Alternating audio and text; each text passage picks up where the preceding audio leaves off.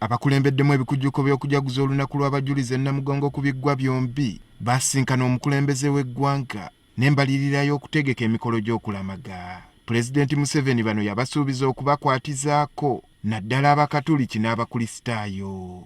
Ng'olunaku mulindwa lusembedde, gavumenti etuukiriza obweyamo bwayo nga bano baweereddwa ensimbi ezisukka mu kawumbi akamu buli omu.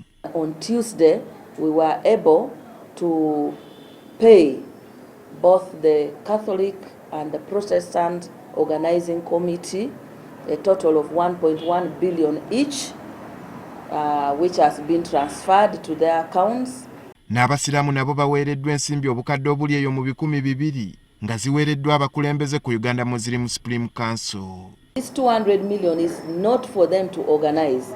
The difference in the amount is because the Protestants and the Catholics are organizing a mega function. Ku nsonga y'eby'obulambuzi, Minisitule y'ebyenguudo yakwatagana n'ey'ebyettaka okulaba ng'enguudo zino zigaziyizibwa.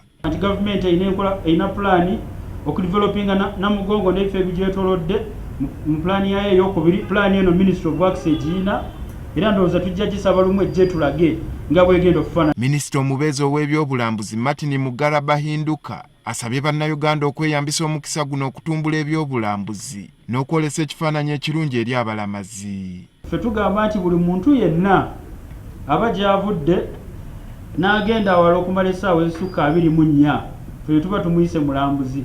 Ate abalina by'atambudde nabyo ssente n'ebirala. Abalamazi okuva mu nsi yonna basuubirwa okwetaba mu kujjukira abajjulizi ba Uganda okubeerawo nga 3 omwezi ogw'omukaaga.